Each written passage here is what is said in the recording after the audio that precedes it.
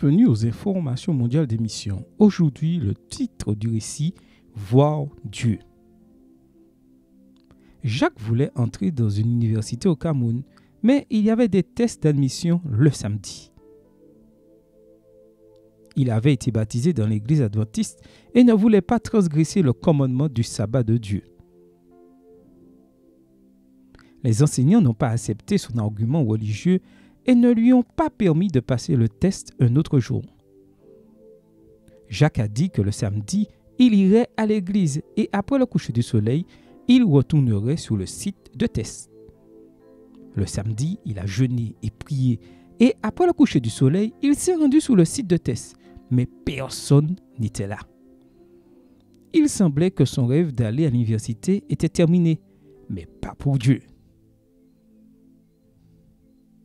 Jacques s'est rendu sur le site de l'examen lundi et les enseignants ont commencé à distribuer les résultats des examens.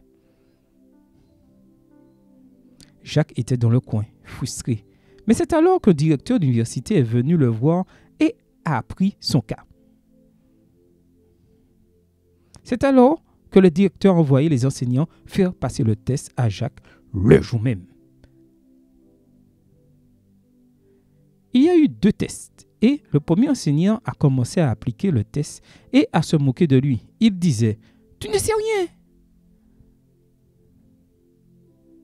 Jacques était nerveux lors du test et a décidé d'abandonner la course. Mais quand il est arrivé à la porte pour partir, quelque chose l'a retenu. Sans regarder Jacques, le professeur a soudainement lâché « Ne t'inquiète pas !» puis il est parti. Lors de la deuxième épreuve, l'instructeur a commencé à l'interroger sur la foi du jeune homme en Dieu. Jacques a expliqué les 10 commandements et la Bible. Et bientôt, le professeur a terminé l'examen.